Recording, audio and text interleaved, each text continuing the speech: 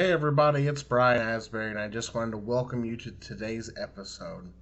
If you could, like today's episode, hit that subscribe button, and let's continue to grow the developmentally speaking brand. Today, my guest is former WWE developmental talent, FCW champion. You may remember him from the original NXT, Mr. Lucky Cannon. Jonathan, how are you, sir? I'm good, sir. Thank you for asking. How about yourself? Can't complain. I'm glad that we were able to connect and be able to talk a little bit about your time in the WWE. All right. So, what made you want to get into professional wrestling? Did you have an athletic background before? Um, like a lot of men my age, I guess when I was a kid, I was a huge fan, man. I was a Hulkster. I was a Hulkamaniac. I remember I used to have the lineup, man. It was Hulk Hogan, Ultimate Warrior. I take that back. Hulk Hogan, Macho Man, Ultimate Warrior in that order. I had an older brother that loved. He was a warrior, but we always clashed. So anyway, so I loved it then, man. I always, and I remember. I used to tell friends of mine, I was like, man, if I was ever to be a pro wrestler, because at the time I had no idea how does one ever even become a pro wrestler. Hmm. I had my entrance music picked out and everything, this and that. So as I got older, I got into sports, and it just became, something that sounded cool, but not really a reality. Who do you know that's actually a pro wrestler, right? Like, come on. So the way it really happened was I actually did a football, like an NFL type combine in Atlanta, Georgia. And I got an email from Ty Bailey. I don't know if you remember that name. He used to be, I think it was VP of Talent Relations, I believe. Hmm. I actually followed up with that because I was pretty interested, and I didn't hear anything back, right? So, and I was already slated to go up to Canada to play football. So I was like, all right, never mind. I looked into it. I didn't get a response. That's that. I was up in Canada for about 6 months, and I came back home, and that's right when Steve Kern started doing FCW here in Tampa. Hmm. So I was actually just at the gym, and I told this dude about the email because I knew he did. He mentioned he did like indie wrestling, and he's like, "Wait a minute, what? Ty Bailey? Are you serious?" I'm like, "Yeah, man. I tried to follow up, but nothing." So he's like, "Hold on, man. I'm gonna take you to meet." And he started talking about Steve Kern, FCW, et cetera, et cetera. So I went and met Steve. Um, Couple of times, like I would go to the show, talk to Steve. He had me come down to FCW. Uh, Long story short, I kept coming back, and he ended up getting me a taped tryout at the FCW arena or training facility at that time, and I ended up getting signed. And yeah, that's kind of the story behind it. That I've heard that a lot about when Ty Bailey was there, or he forgot. I've had guys on that say, "Well, we were going to sign you, but I just forgot to call you." I'm like, "How the hell does that happen? Like, how do you be in that position and you're just like maybe you just like toying with people?" He was, I mean, I only, at least from what I remember, I mean, I met the guy, half a dozen, maybe a dozen times. I don't know, man. Like he just wasn't. He was kind of flaky and Hmm. just. I don't know how to put it, man. I could see how his mind wasn't. If you're trying to build especially a core of talent, you're pretty focused on certain things, and you have a certain way you talk, and he just didn't. It was almost like he was just going through the motions, I guess. Like, oh Yeah. yeah, I sent some emails out to some potential talent, and and that it's just. Anyway, that's the impression that I got from him. So, how long after your tryout, your tape tryout, did you get a developmental offer? Well, actually, to be honest with you, I think it took about 6 months to even get the tryout because Steve. I know Steve was working on it, but he was trying to. You know how the politics and everything go. But he kept having. He's like, "All right, man, come back. Come back." And I would come back for a couple of. I didn't get the taped tryout until obviously until the end, but I kept coming out. Maybe he was letting some of the other. I'm trying to remember some of the other coaches kind of take a look. But Hmm. I went out there like quite a few times, and it took about from the time I met Steve Kern until I got signed about 6 months. What was your first initial impression of FCW? Because it's not what NXT is today, and it's not what you would think WWE would have for a developmental facility with what they show nationwide. Right. So once again, like I grew up, as a little kid, man. I legitimately cried tears when Earthquake crushed Hulk Hogan. Like, and he said we thought he was going to retire. Like, dude, like tears streaming from my face. And then when he gave, bro, I can actually recite it right off the top of my head, at least part of his interview when he clutches his necklace and he's like, "Oh no, I'm not retiring." Like, dude, chills and tears. Anyway, avid fan, obviously. Hmm. As I grew up, though, it was kind of like a pipe dream, I grew up, so I didn't know anything about like OVW. I never watched videos. I don't know how much I even watched YouTube back then, like, to see those type of videos. So I had no understanding of any of that world at all. But when I got there, I mean, I knew it was a feeder. It was a farm for the WWE. So I was super pumped, man. I thought it was kind of cool because they had people literally from all over the world, man. When I was there, they were doing a big like international push with Hmm. uh, drawing a blank on it. Was it Yamamoto? Is that his name? I believe so. Anyway, Japan, Europe. They had a couple of South African, I mean, they're from all over the place. I was like, man, this is pretty cool. So I knew it was the real deal. So how was training with those coaches in FCW? It was good, man.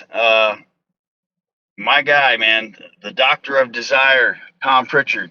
I know he didn't like me when I got there at first, and that's okay. All those grizzled veterans, man, they're hard to impress and they're hard to break through anyway. But I love that dude, and he knows it. I invited him to my wedding. I was like, I know you can't make it, but I'm inviting you anyway because I'm a man of my word. I've kept in somewhat contact with Dr. Tom because he's awesome, man. I love that dude. Norman Smiley was awesome too, man. Like he was kind of the opposite. He really was always like happy, like easy to talk to. Never like, some coaches are like they get all fired up and this and that. Hmm. He was always just laid back and just going with the flow. Steve Kern, obviously, that's who was able to get me in. Made a lot of things happen for me. And then a late arrival who actually did a lot. He did help me a lot, and I feel bad right now that I'm totally drawing a blank on his name. I could see his face.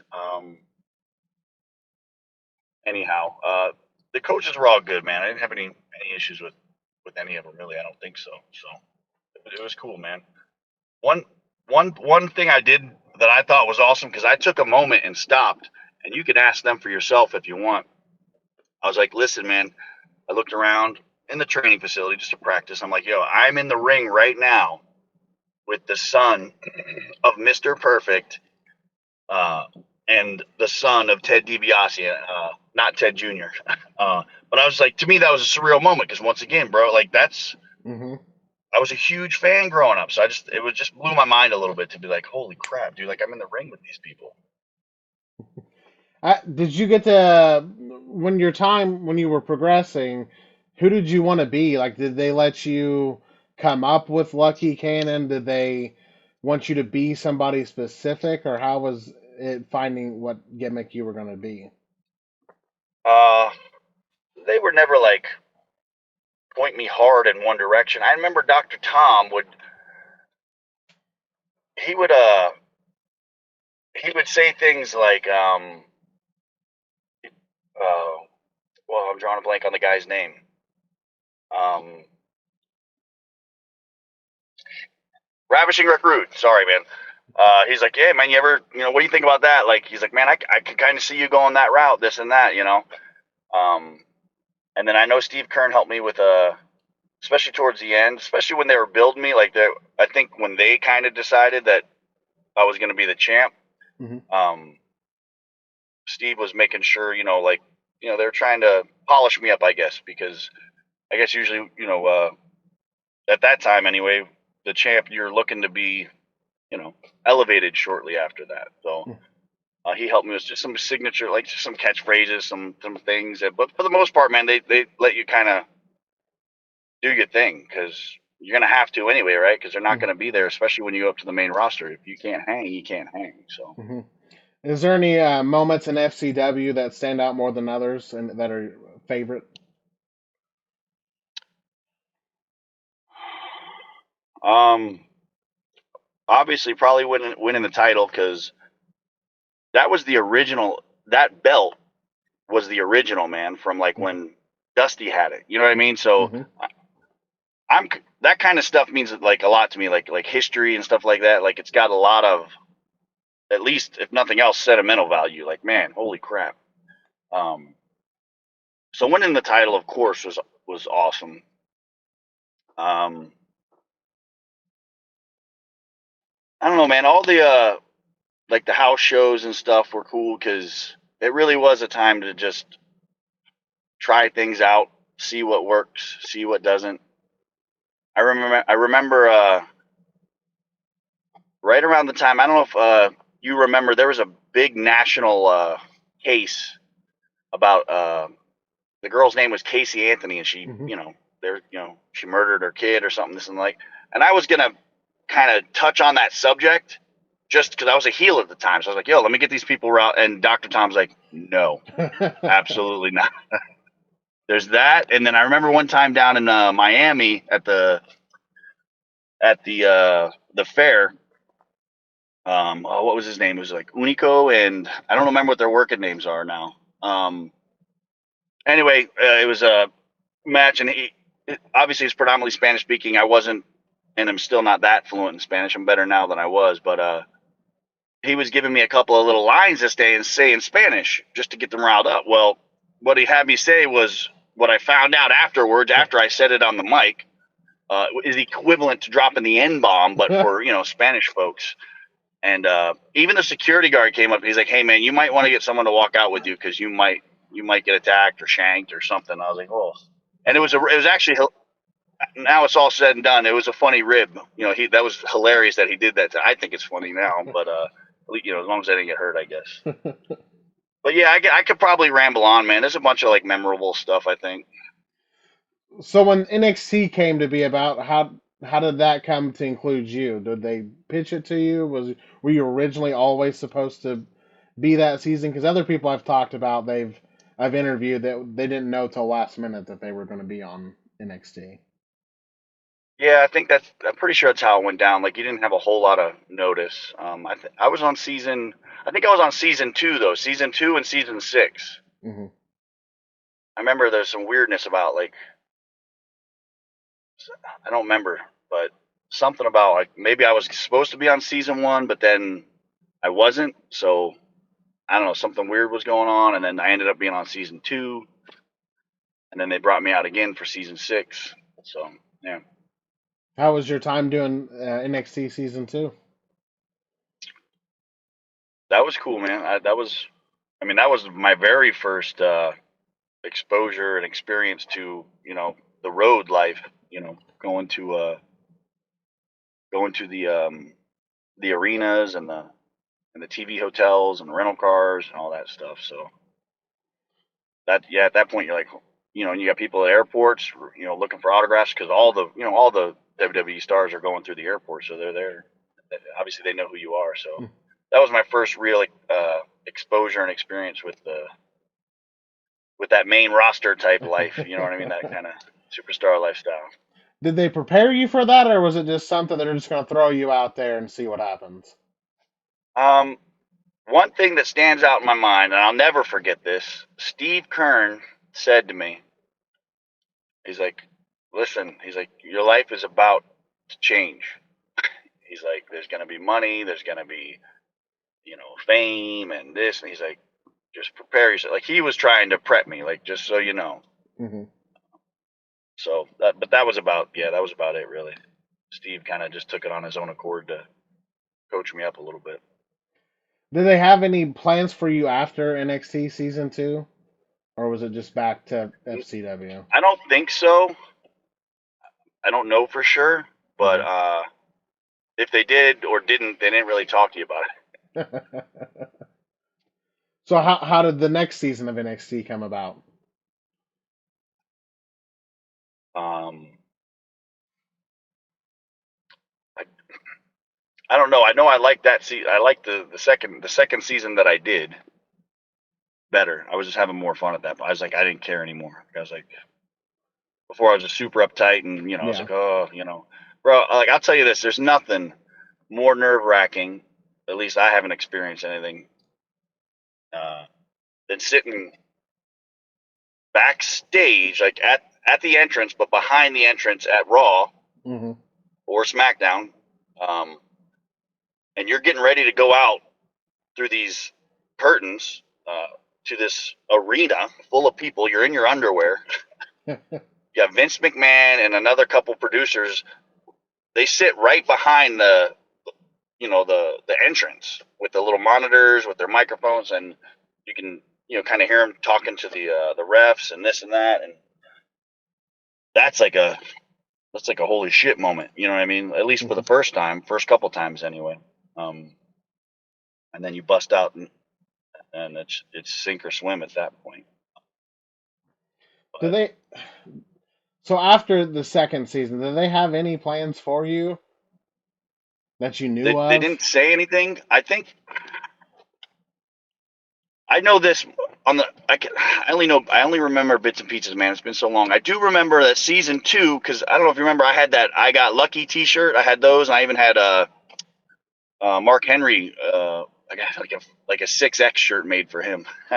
um, I know that one of the merch guys was like, man, if you, because they were getting lots of requests for it, and they're like, man, if you didn't get eliminated, if you would the next week they were gonna basically start producing them or selling them, and that would have been awesome. But Hmm. um,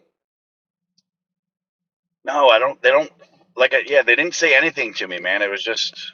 I think that was another part of the whole thing that was weird. Like you just go back to developmental and kind of wait to see what happens. But there were a number of people that would go up for Hmm. like a little, whether it be NXT or on their own, but then they end up coming back down, and it's like, oh, and that is kind of, I think it's kind of I don't know, not a good feeling because you're like, oh, you know what I mean? Hmm.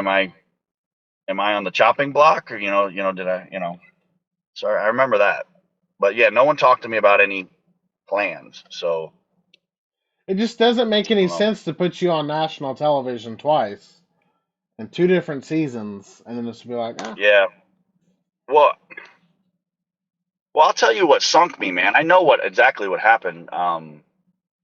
It was ultimately I will take responsibility, but um, I'll try to make it short. But I was out in Tampa with my at the time girlfriend, and we had been drinking. I couldn't find her, so I was kind of in like a bad mood, Hmm. and I leaned against a car, and this valet guy was like, "Hey man, get off the car." And I know I said something back smart. I probably cussed at him or something because I'm trying on the phone trying to get a hold of my girlfriend, and he's like, I'm gonna call the cops. And at that point, I'm like, whatever, dude. I used to be one because if you look into my past, I used to work for the Pinellas County Sheriff's Office. I was a detention deputy. So, Hmm. and once again, anyway, he actually did go and get a cop. I didn't even notice because I was, like I said, drinking and trying to find my girlfriend. And the cop came back, and that whole exchange. And I told him, I was like, yo, I wasn't. I used to be one. I didn't say I was one, but he tried to word it like I said I was one, like the whole impersonating an officer thing. Hmm. Anyway, that was the end of it, man. I thought it was over. Well, a couple months later, I get a call, and it's a detective. He's like, "Oh, I'm just investigating this case about." I'm like, "Whoa, what?" And I was at a show, man. Um, and I told him the whole story. Like, yo, listen, I'm working with the WWE now. Like, dude, look at my hair. Like, I'm not a cop. I'm not gonna try and And he kind of turned into a fan, to be honest. He's like, "Oh man, that's awesome. This and that. Yeah, don't worry about it. I just had to take some notes on it. Don't worry. Blah blah blah." I'm like, "Okay, good." Well, another couple of months later, my dad calls me. He's like, "Hey, you got a bench warrant out for your arrest?" And I'm like, "What?" So with that bench warrant, I had to go do a walkthrough at the jail, like get fingerprinted and get the mug shot. And that's the one thing I remember saying to them. I was like, "Can I just please not do the mug shot?" I knew that's what was going to sink me. Hmm. Like, "No, you got to do it." So I'm like, "All right." That's why if you look at my mugshot, I'm in character. Like I got this stupid smart ass smirk on my face. You know what I mean? Like, because I was like, all right, I might as well go with it because what else can I do? And I was upfront with them. I called John Laurinaitis. I told him, I was like, I kept them up to date on everything. And I think that's what kept me there even longer was like I was totally upfront about it all. So that was what I was hoping would be the end of it. It wasn't. What happened was my mugshot was released on Google, and then it went to anybody who could find it, and then people are writing stuff up, blah blah blah blah blah. Mm-hmm. And that 2 weeks after that is when I got the call. I was like, son of a bitch. And that's what sunk my ship, man. But ultimately, it's my fault, man. I shouldn't have been out there. Shouldn't have been out there drinking, being stupid, and whatever else. So Mm-hmm. it's all good though, man. I really do think it's for the better. Definitely for the best, man. I got a wife and kids now, and I can't Mm-hmm. imagine not having them. So Was that when they released you? Was it just something like they were just like, right now, this is what we have to do, or they were just like, we got to part ways?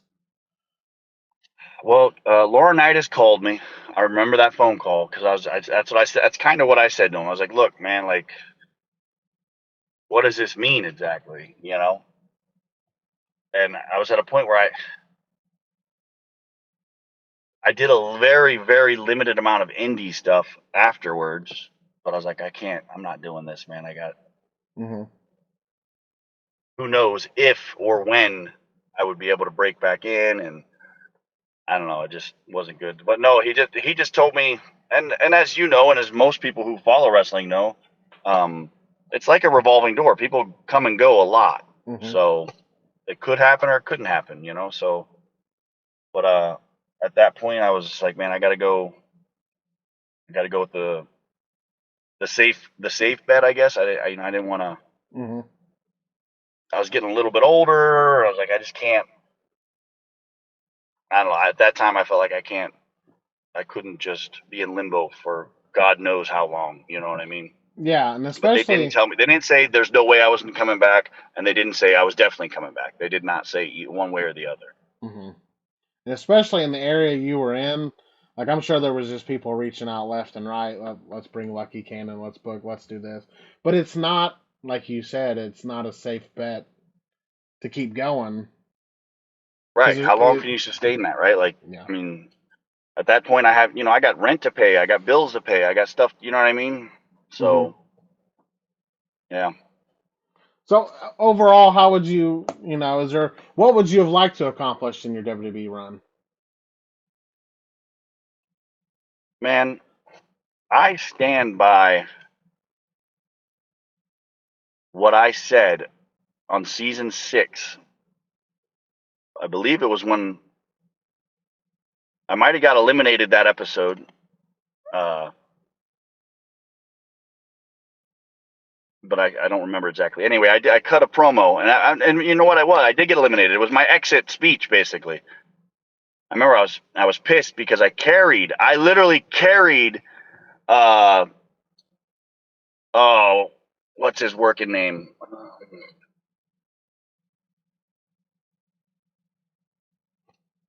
I can't remember his name now. I can see his face. I carried him through the match, man. Like he was just like 10 seconds into the match. Obviously, we talk about things backstage, kind of prep. Dude, 10 seconds into it, his eyes are like no clue what to do. I'm like, oh my god. So anyway, I carried him through the whole match, and put him over. Um, and then my end speech, he basically gets the crowd start chanting this, that, and you can't hear him. And I was so pissed. I was like, bro, that's one of my last exit Mm-hmm. speech, man. And I just carried you through the match, put you over, and you couldn't even give me that, man. It was just very upsetting. So yeah, Do you think during your time in developmental that you had a fair like opportunity or shot because FCW was different than most developmentals. They had athletes, models, football players, actors. They threw everybody. They wanted to see what they could get. Whether you liked right. wrestling or you didn't like wrestling, we're gonna sign you and see what sticks. Yeah, I know what you're saying. Yeah. I remember I told I knew that was going on because I met. a few of them that were like that. I told Colt Cabana at we were at a house show, and I was like, "Look, man, I know you think I'm just one of these football guys that has no idea about wrestling. Like I know how lucky I am. I know how lucky I am to be here. Mm-hmm. So, and I think that actually, and he got it too. He knew I was being serious. You know what I mean? Like I knew, like, dude, I understand we're in a we're in a gymnasium right now, and it's not glamorous at all. And like, but that was it, man. That was the real deal. That was the feeder system, you know. So anyway, I think that got me some respect with him. I think he appreciated that because there were a bunch of people like you just mentioned that barely or never watched wrestling ever, but they were, good athletes, and so so I think he appreciated that. Um, as far as I don't know, it was kind of sprinkled in there because you had some indie guys that were everybody, were very big success, like Colt Cabana. You know what I mean? He had a big following. And Sean Spears, I think they were buddies too. But anyway, but then you had the guys who played college football or basketball and who knew nothing about wrestling. So it definitely was a mixture. There, So nobody spoke ill of Dusty Rhodes, but they did say that people who came in from other developmental territories or different aspects, they weren't viewed as like Dusty's kids, so he wouldn't put necessarily his stamp on them. Did you ever experience any of that? it's hard. I don't know, to be honest with you. I don't know who, or at least I didn't know at the time, and I definitely don't know now who were his guys and girls. Like I know he had, you could tell who he liked and Hmm. who maybe he was a little rough on. But I don't know if he liked them because he genuinely, he liked them. He's like, oh, that's a talent, or this and that, or if there were like political reasons behind it. Hmm. I don't know, to be honest with you. It took me a while to win him over, but I think I know I did ultimately. I remember one time we were backstage at FCW and I was talking to him and I'm like, I don't know. I was probably asking like, what do I got to do, man? Like you're Dusty Rhodes, and like, and that's another thing, man. A huge one of the best things I think I got out of all of it that not many people got, or not many people in this world have, is, dude, I got to talk to Dusty Rhodes, and I literally would just sit and listen to his stories, man. Like he told me a story about how him and I don't know, I don't think it was Blackjack, but I can't remember the other two guys. They were in a road, man. They were driving, obviously, because that's what they did back then, and they were probably drinking and smoking a little bit of weed or something. And they had a bet on how far was it between the little dots or like the lines on the highway. And they pulled over and they measured it. Like it's just this long story, and it's hilarious. And it's like, man, like not many people, like who can say that? You know what I mean? Like, oh, I heard a conversation about 1973 about Dusty Rhodes and this. I don't know. To me, that once again, man, that sentimentals, that Hmm. stuff that is so valuable that you can't. How do you put a price tag on certain things? But no, Dusty. What did he say to me? He's like, it's what you're doing right now. He's like, you're politicking. That's what you're doing right now. You're doing the right thing. This and that. So, I think, yeah, eventually, uh, I got his seal of approval, or I think anyway. So, but Dusty was good, man. He was moody, just like all of us can be, especially if you're getting a little bit older and you got to pick your time, don't approach him if he's not in a good mood or something like that. So. Is there any talents you enjoyed working with more than others? Probably I've always said, and I still say, man, my best friend in that line of work was Kevin Kiley. Uh, that was my dude, man. Like we were just buds. Yeah, and I think we worked really well together too. Like we did a lot of promo stuff together at FCW because every Wednesday would be like promo day, so we would Hmm. do a lot of things together. And then I thought our matches were good too. Like I remember we had one of the NXTs. There was a match. It was like a six man tag or something.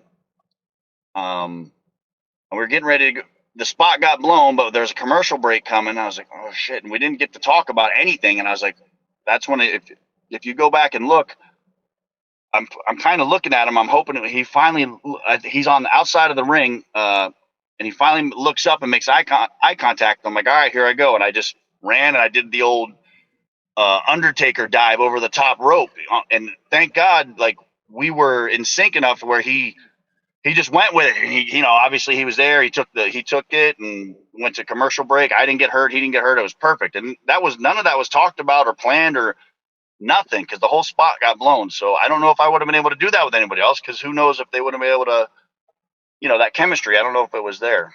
Mm-hmm. But yeah, I always had a really good relationship with him, man. He was a good dude. Is there anything that you pitched that you didn't get to do, or you would have liked to have done? No, man, they really were pretty good with kind of not limiting you too much. I wrote, now that I think about it, I wrote some stuff, and I'm talking about FCW, but on the main roster, I wrote a whole storyline. I don't remember what it is now, and I gave it to the writers, but it obviously, I'm sure, went in the trash. So I thought it was pretty good though at the time. So how's life been after wrestling? Oh, it's great, man. I told you I got two daughters, my wife. I've been working in healthcare, Mm-hmm. pretty much finishing up like with my nurse practitioner. I did some travel nursing for COVID. That was insane. I made more money doing that than I did wrestling. Um, but yeah, man, it's been no complaints, man. Now I'm coaching one of my daughter's softball teams, and you know, living that American dream. Have they watched any of your stuff? They've seen a couple of things on YouTube, but yeah, not. I mean, we haven't talked about it too much. If you had any advice give to people getting into professional wrestling, what would it be? For someone who wants to get into wrestling, Yeah. um, I would say give it a second thought and get a degree in something. Don't do it. No, I don't know, man. To be honest with you, I just, in hindsight, obviously I'm older now, so I can talk like this. I probably would never get through to myself as a 20 something year old, so I don't expect to get through to anybody else. But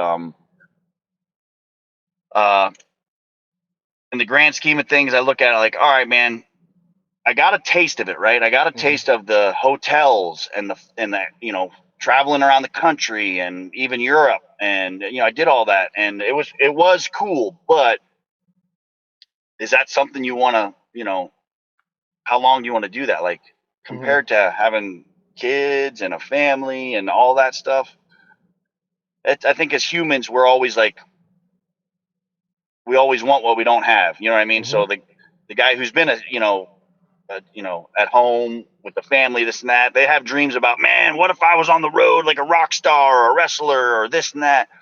But once you get there and do it, those rock stars and wrestlers and all, and they're like, man, I really wish I could be home with with a family Mm-hmm. and people that love me. So it's like, ah, so I don't know, man. That's a tough one. Yeah, just follow your heart. And I don't know much about getting into it now because I haven't been able to. I, I can't even really watch it too much anymore. The old stuff I can, that I used to watch when I was a kid, but I don't know, man. I'm still a little bitter. I won't lie. I won't deny it. I'm a little. I don't know what the word is. Bitter is probably the perfect word, because it's like, come on, dude. Like, if I see some people that I see on TV, I'm like, that, like, come on, that guy, really? Mm-hmm. But I feel like I got shorted, but that's okay. I mean, like I said, it definitely worked out. Just, yeah, dude, follow your dream.